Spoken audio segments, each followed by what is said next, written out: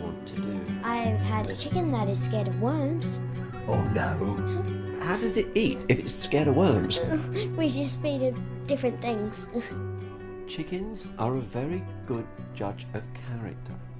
They know someone who's not going to harm them and someone who's safe. I tuck them in every night. We have to talk about Toни Etwuд when we talk about Asperger's syndrome and autism. Scare them really If it easily hadn't and been then- for Toни and the way that he can communicate, we wouldn't have the understanding that we do now to help so many people around the world. Although you're good at understanding chickens, what other people are thinking and feeling may be difficult for you at times. Yeah.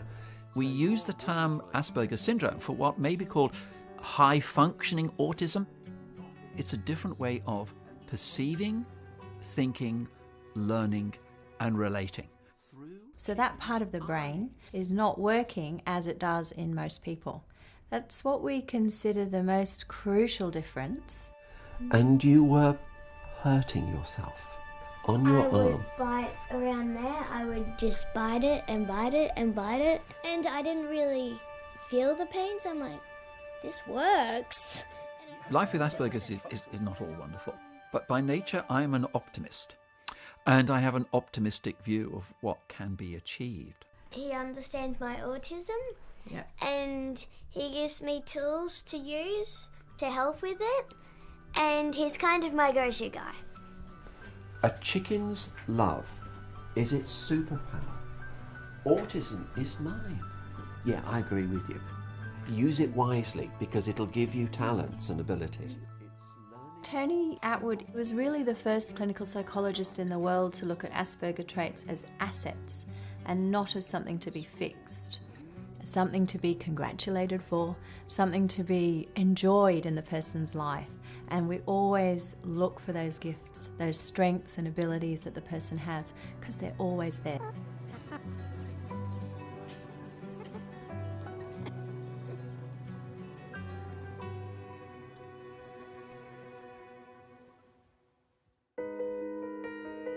I think people with autism are incredibly brave in just coping with life, coping with the challenges, not just the social and the conversational, but to just get your thoughts and feelings across to other people. Toni has been at the cutting edge of research over the last 3 decades. Have signs of He can tell our story in a way that is real, that doesn't fudge the challenges, but he never loses hope. The special interest gives you a sense of identity, success, but it's also a blocker of negative emotions. I think many of the heroes in life and the greatest scientists and artists actually have Asperger's syndrome. Vincent van Gogh and Andy Warhol had many of those characteristics. Another component is if you are imitating others and copying them, you do literally win Oscars, and that's where we think Laurence Olivier and Peter Sellers had many Asperger features. So I think there are many advantages in us embracing Asperger syndrome and welcoming that different way of thinking.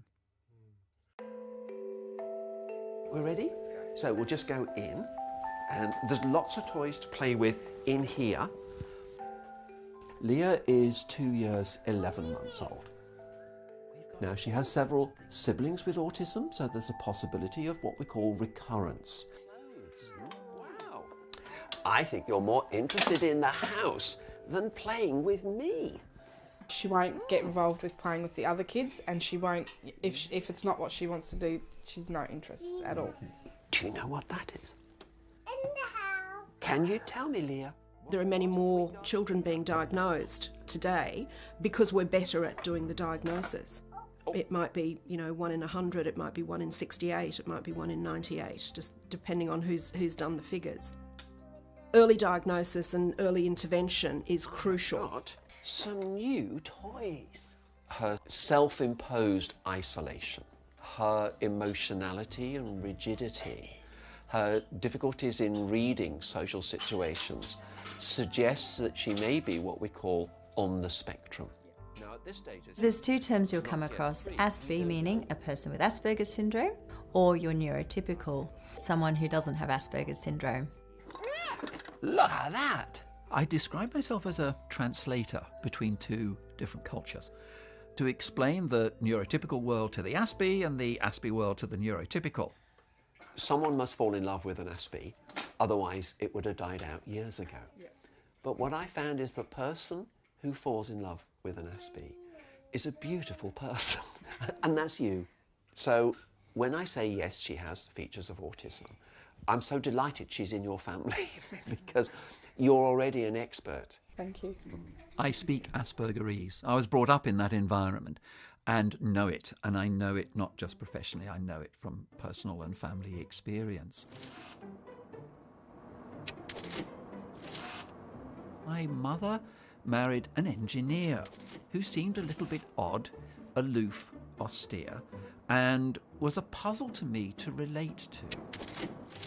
Tony grew up with a stepfather who is on the spectrum, so I think since little he learned about how it is like to live with someone with Asperger's and therefore know, I guess, their worldview.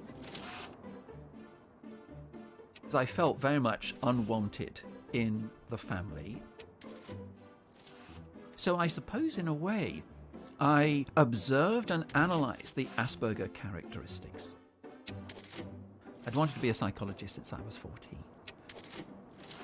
Finished a year at university and had a summer job as a volunteer in a special school. This was 1971, where we knew very little about autism. There was a child there, a little girl, 5 years old, severely autistic, no speech, very much in a world of her own.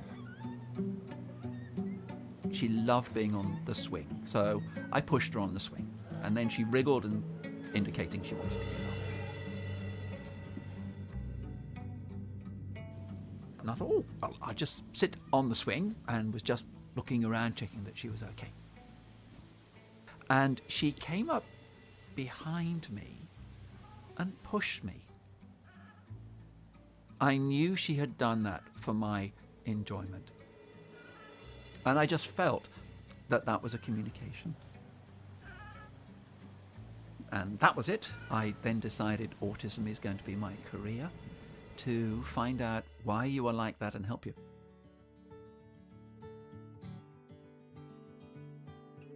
I met Tony at a psychiatric hospital in the south of London.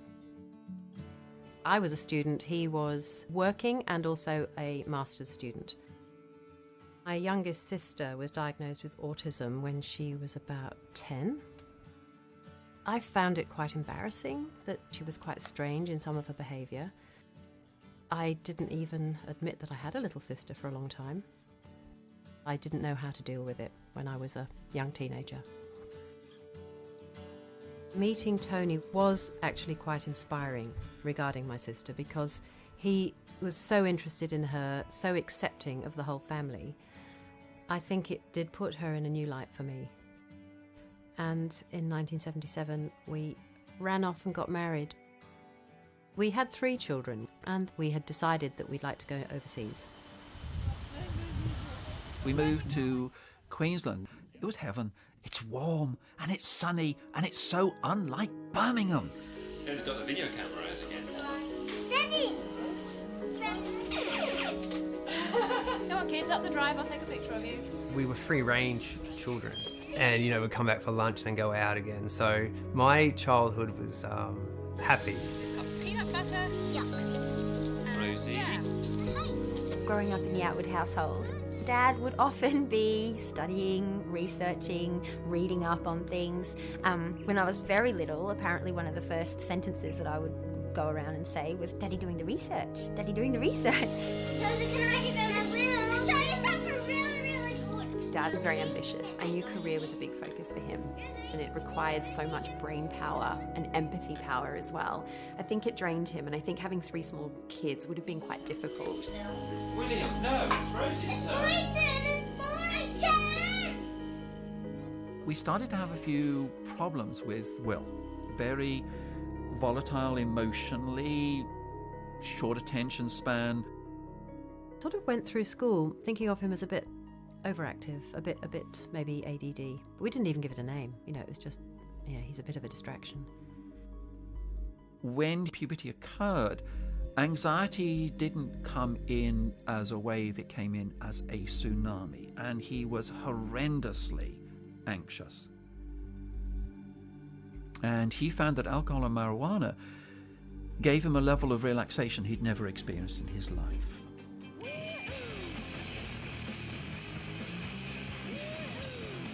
Dad saw his son doing well academically and socially, going to parties, having friends, not getting hooked on computer games.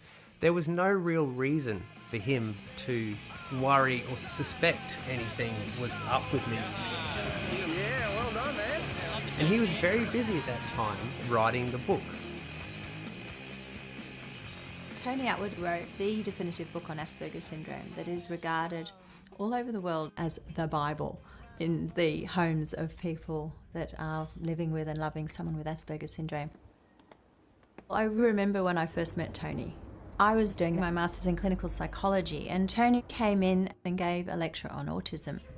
And suddenly I was caught with the autism bug. I had to know more, and I haven't really got over it. Ever since a month ago... Michelle and I decided to start a clinic as a centre of excellence, not only in terms of diagnosis, but also in terms of treatment. I've had a very big mind change. We did the world's first therapy programs for anxiety, anger, depression and affection. One of the first things that we recognised was that there can be very intense emotions. Come see Emma.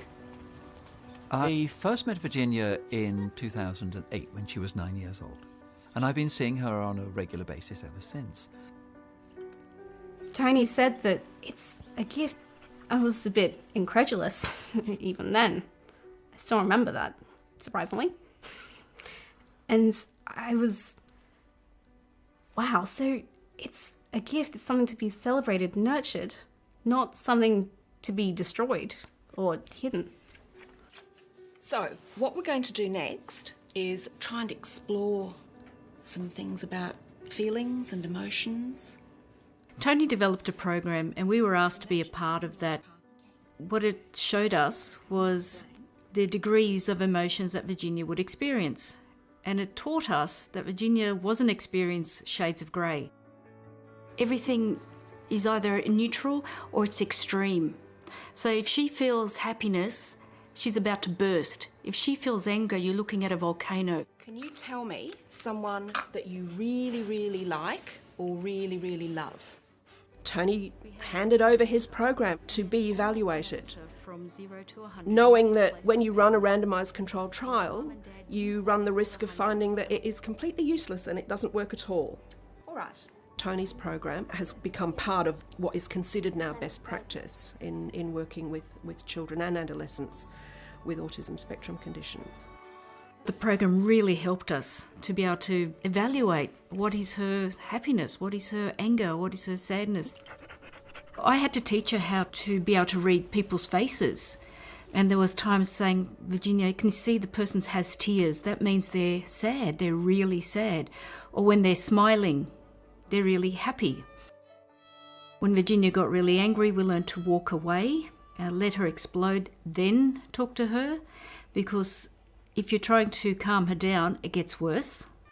I feel everything so acutely still, but knowing the cause of my feelings, I know how to react to that now. I know how to respond to it. I know how to hold it in until such time as is appropriate. Okay, guys. Now, who's going to go first? Love and friendship are the most important things in life. And for someone who has autism, who can't necessarily win love and affection, this can be a recipe for deep depression and huge anxiety about who you are, what's your place in the world, do you really fit in? You are a talented photographer, but I am concerned about your happiness and your sadness and feeling very depressed. I just don't want to be here in this world anymore. I don't know why I was born with ASD. It's really gotten to me. Yeah. Okay. People were coming in and saying that they were not getting better with the conventional programs. We decided to modify cognitive behaviour therapy for people with Asperger's syndrome. If you were going to portray your depression in photographs, what would be in the photograph? I don't know. Have a think about it. It's not dwelling on the depression, it's expressing it and getting it out of you, okay? Tony understands the pain and what it's like to be ostracised, what it's like to be bullied. People don't understand that, you know, if you see the boys, it's a non-physical disability, they get a lot of judgment towards them. It's actually unpacking it and listening and understanding how they feel, because it does, it's very raw. We found that the program was exceptionally helpful for the people who did it. They were coming out of their depressive episodes and finding a new meaning in life. Tony started to lecture, to provide public speaking engagements about Asperger's syndrome. He travelled a lot. It was huge. There was one year he went to America 5 times. And it wasn't just America, he went to New Zealand and Japan and the UK. At the moment that Dad, his career started to take off and he was, you know, getting more and more success and recognition, simultaneously, the family at home was struggling. At the age of 23, I was diagnosed with testicular cancer. I just had to focus on getting through it and getting better. Then, of course, I wasn't ready to deal with the repercussions or head back into real life, and I started experimenting with drugs, and that took a hold. It was an obsession, and he could tell you anything you needed to know about psychoactive drugs. It became quite a scary place to be for a few years. Both Caroline and I avoided him quite a bit. We didn't really want a lot to do with him. Caroline moved away. Will has taught me aspects of life that I never thought I would be involved with. The emergency services when he's overdosed and we've got to call an ambulance. Or the police to break the door down because he's been thinking of suicide. The way I described it at the time was he was in the cab of a massive, great semi-trailer, and I'm trying to hold it back with a rope. That's what it felt like. Swinging along for the ride and just getting bashed in the process, and he was just going hell for leather. I was dealing with some pretty heavy-hitting people, and I committed a robbery to pay a debt. He's not a good criminal, he got caught. And so he went to prison, and that was it. Probably it was the best thing that could have happened to him in a strange way. He would call me from prison regularly and we would have chats, and he was incredibly lucid. It was like Will at 14 before the drugs hit. It was lovely.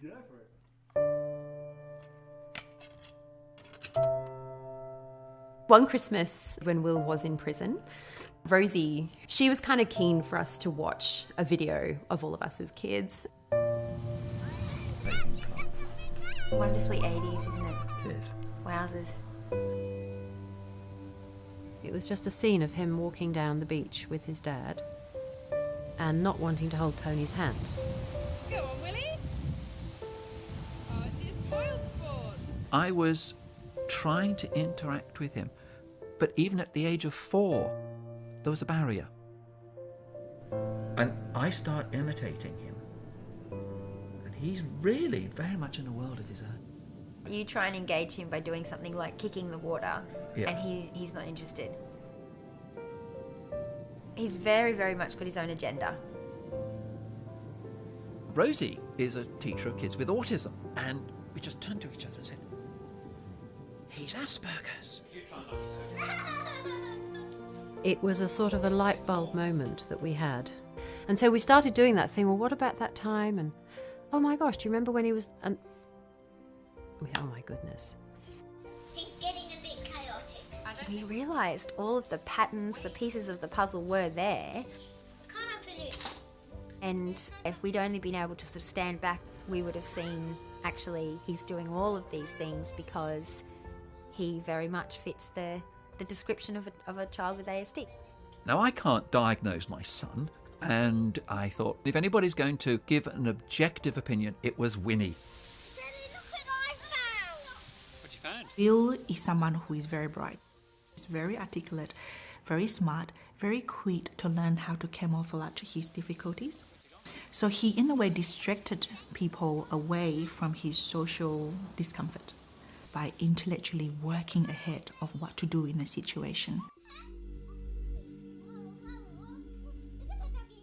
You could say, well, why didn't Tonie Attwood, the world-leading expert on Asperger's syndrome, why didn't he recognise it in his own child? And I think it really was that it was too close to home, that when Will was a tiny little one, there really wasn't much known about Asperger's. And so Will went through most of his childhood into adolescence before anybody really knew what the characteristic signs were.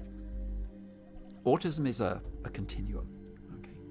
The severest form here and the mildest form here, Asperger's. And we began the discovery of it here. And over time, over the decades, we've moved along that line. He's up here, but when he was little, we only knew to here. So that's why we didn't pick it up.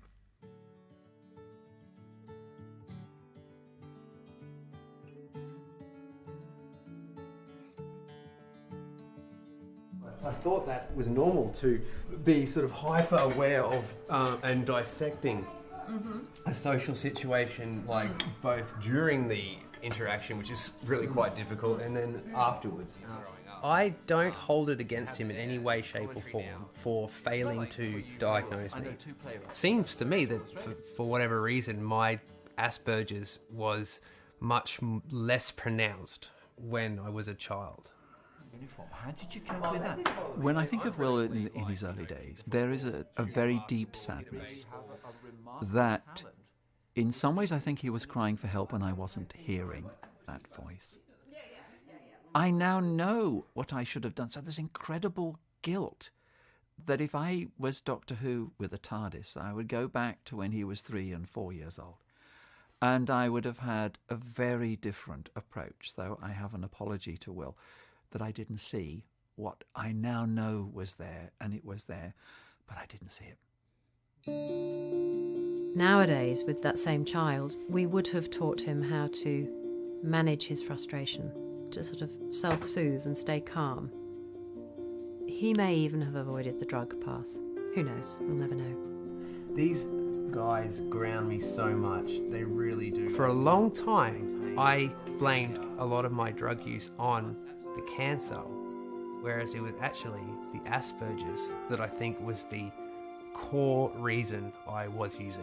See that? How she's kind of like, I feel like jail and struggling with drugs and alcohol prior to that has really helped shape my sense of identity. That was one of the first times I saw just how much my Asperger's could separate me from other people, and I also knew I needed to learn quickly and when in doubt, keep my mouth shut. Since the diagnosis, my relationship with my father has become so much stronger, and it's built on a mutual respect of me respecting his deep, deep knowledge of Asperger's and him respecting the fact that I have it. These social barriers and get close, but not breach them. I think he's going to need a lot of support. He's a long way into addiction and there's a long way out. Our main aim is to keep him alive in the hope that one day he will decide to change. If you could spend a moment in the world of autism, then you'd really appreciate how amazing it is that they keep going. So, what really helps when Tonie chooses to share his story is that parents feel not so alone, that someone else is going through this, and that even the experts don't get it all right. I have a son with Asperger's, and when he got it, and it's expensive. I think it's cathartic for him to tell people and to now acknowledge it. He's comfortable with that now. He's like, no, we don't have any reason to feel ashamed of it or to hide it. I think for him, he thinks if this can help someone else, then it's almost atonement for not stepping in early enough, not seeing it. Okay, guys, that's it. See you next time. Okay, bye. My goal now, I suppose, is I've learned so much of it. I want to pass it on. And I want to pass it on to the next generation and the generation after that. Good to see you again. Okay, so just take a seat.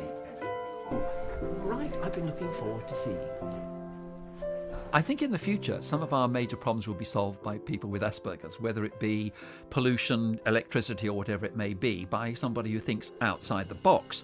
In Asperger's, they say, what box? I think we need to embrace and encourage the particular abilities because our future is based on such individuals. I like animals, kindness, and making the world a better place. And in a way, is Asperger's syndrome the next stage of human evolution?